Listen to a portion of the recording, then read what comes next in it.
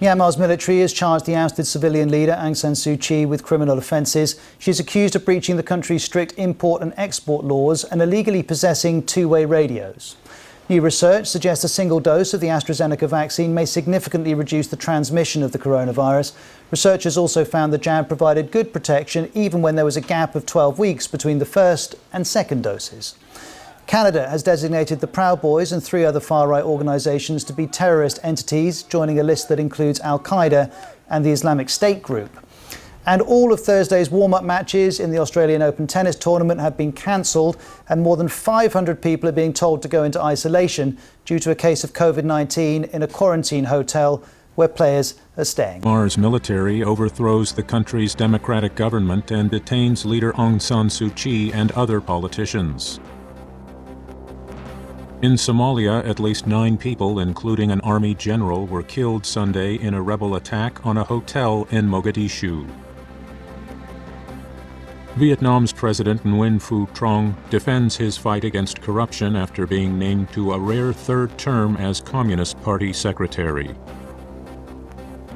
And Japanese manufacturers are increasing the production of freezers to store COVID-19 vaccines as the government plans to vaccinate medical workers by late February. We begin here in Tokyo. Japanese lawmakers have enacted legislation that will allow officials to punish coronavirus rule breakers. The new measures come as the country continues to battle a 3rd wave of infections and a high number of serious cases that's putting intense strain on hospitals. Officials will soon be able to levy fines against people or businesses that break antivirus rules. That includes those who test positive for the virus and are told to check into a hospital but refuse. Individuals who lie to health officials or refuse their inquiries will also face punishments. Government efforts to stem the spread of the virus include shortening operating hours for bars and restaurants. Under the new rules, businesses that don't comply can be fined up to about $3,000. Conversely, the legal changes make it mandatory for governments to take financial measures to help affected businesses. The revised laws will take effect in 10 days. The revision will help make antivirus measures more effective because we'll be able to support those who comply with the rules and impose penalties against those who don't. We'll use it to further reduce infections while giving due consideration to the rights of individuals and businesses.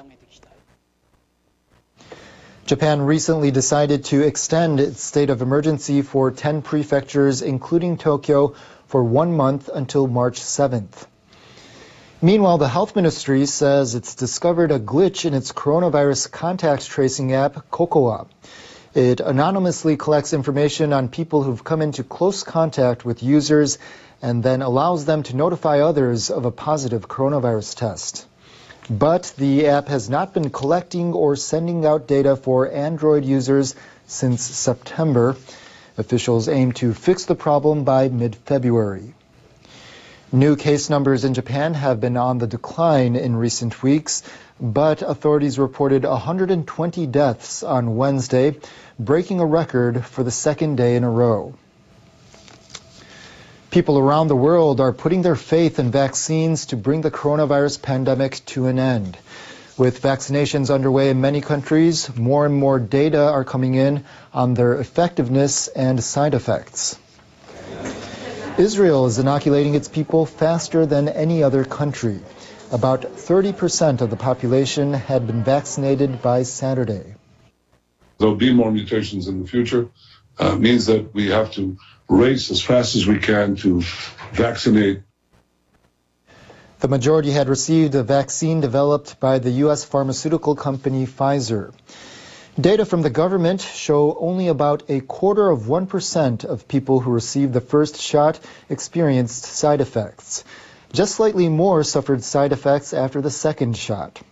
In most cases, the effects were temporary pain or swelling, but some were more serious. For the initial shots, 17 people out of 1 million needed to be hospitalized. Researchers at Oxford University say a vaccine developed by their colleagues along with the UK pharmaceutical firm AstraZeneca was 76% effective 3 months after the first dose. But some European countries are cautious. There's a shortage of data for people aged 65 or older. We advise health authorities only to use it for people younger than 65. Sweden and Germany have issued similar advisories. Germany has decided not to use the vaccine for its elderly people, but the UK is going ahead with it for its senior population. In Italy, a panel of experts has also advised the government to use it for the elderly. Japan is moving forward with a schedule to start vaccinations by mid-February. A firm in Osaka Prefecture, Western Japan, has begun preparing to build and rent out a site for vaccinations. A simulation was held on Wednesday. The temporary venue has a waiting area and other facilities in line with Health Ministry guidelines. Data compiled by Johns Hopkins University show global infections had surpassed 103 million on Wednesday. The number of deaths stands at over 2.2 million. The Myanmar military is moving quickly to set up a system of governance following Monday's coup.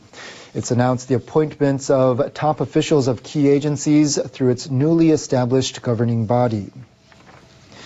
The State Administrative Council, led by Senior General Min Aung Hlaing, has replaced the top personnel of the police, judiciary, central bank, and other governing bodies. It's also appointed members of the Election Commission. The military says there were irregularities involving more than 10 million votes in last November's general election, although an investigation was never conducted. The military says it was inevitable that it would take power because the de facto leader Aung San Suu Kyi was in the process of setting up a new government. The military detained Aung San Suu Kyi and other ruling party officials and declared a one-year state of emergency. It's promising to hold free and fair elections, but has not set a date. Meanwhile, a lawmaker with the National League for Democracy, who was detained along with about 400 other MPs in the parliament dormitory in Naypyidaw, says they've been told they can leave. The military told us to leave the dormitory within 24 hours. They withdrew their vehicles and personnel Tuesday evening. The people inside are now allowed to go. The lawmaker says he's indignant at the military's action. We were elected by the people to be their representatives. The military took over power by force. We condemn their action as they totally ignored the people's wishes. We are determined to fight back with everything we have.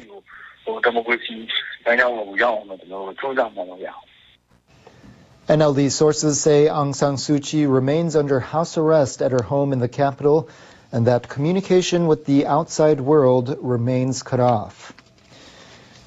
NHK World's Tiha Tue is in Yangon and has more on the situation.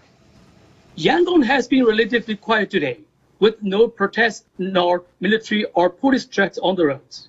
People just seem to be going about with their regular routines.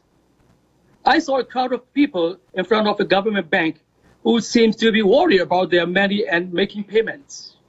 The Myanmar currency, the kyat, weakened against the US dollar Wednesday. The state broadcaster MRTV has resumed broadcasting, but it only reported on the meetings and announcements made by the military authorities. One thing people are talking about is the change in the background color of the logo of the government newspaper, Mirror, which has gone from red, which was used when the NLD government was in power, to blue. Although people have not come out onto the streets to protest, in towns around the country, they did make their anger known by banging on pots and pans at the same time Tuesday night. These protests continue in place on Wednesday. Meanwhile, health workers in hospitals in Yangon and elsewhere show their anger by taking part in a walk slow down. Many of them wore red ribbons on their uniform to protest against the military dictatorship. The medical workers say they oppose the military coup and only recognize the elected NLD government. Yatue NHK War Yangon. A member of the Japanese upper house has resigned after being found guilty in a vote-buying scandal. It had to do with the election in which she won her seat. Kawai Andi and her husband, Kawai Katsuyuki, were both accused of paying bribes to local politicians in Hiroshima Prefecture before the upper house election in 2019. Her husband is a former justice minister. On January 21st, the Tokyo District Court sentenced Kawai Andi to 16 months in prison. It was suspended for 5 years. She tendered her resignation letter to the president of the upper house on Wednesday. It comes just a day before the deadline for her to appeal. She said she didn't want to prolong the dispute or cause any more confusion. Kawai Andi ran in the election as a candidate for the ruling Liberal Democratic Party. But she left the LDP in June last year. She was arrested and charged soon afterward. The chief cabinet secretary did not have much to say. Politicians must choose their own course. Public trust is always essential in politics. The opposition parties are demanding a more thorough explanation. Giving up the Diet seat is not enough for such an unconscionable violation of the election rules. The politician's husband, Kawai Katsuyuki, is being tried separately. That case remains before the courts. Japan's communications ministry is investigating whether 4 of its senior officials were inappropriately wined and dined by the prime minister's son. A senior ministry official said an in-house investigation is underway.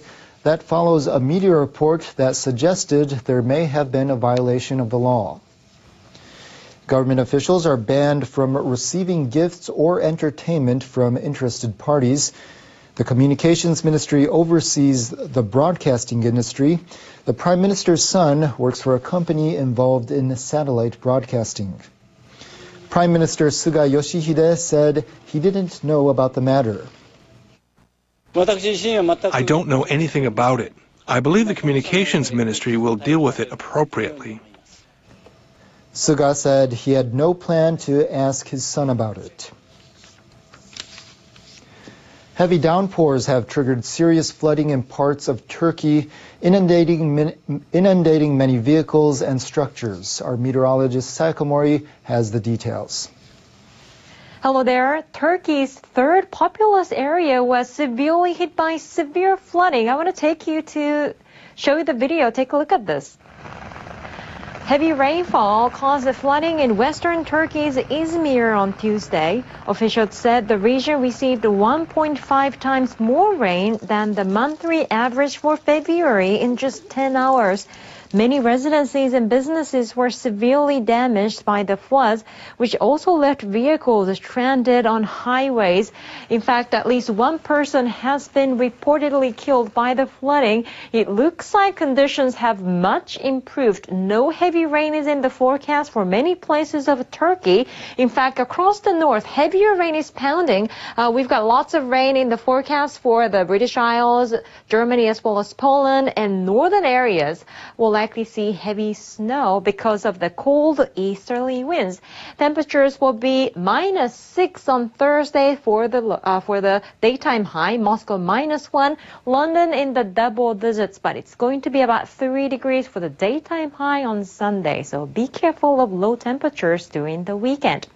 Snow is piling up across northern Japan. Some areas have seen 3 meters of snowfall on the ground. More snow is possible as we go into Thursday. There is a low over the Korean peninsula at this moment. It'll likely move over northern Japan, and it'll also drag frigid air from the north. So lots of sea effect snow once again along the northwestern flank from Hokuriku up towards Hokkaido. Maybe an additional 50 centimeters of snow is likely. Temperatures are going to be as follows. Tokyo at 13 degrees, Seoul 1, but on Friday, Seoul could see a high of about 8 degrees. So enjoy the warm weather. That's it for me. Stay safe.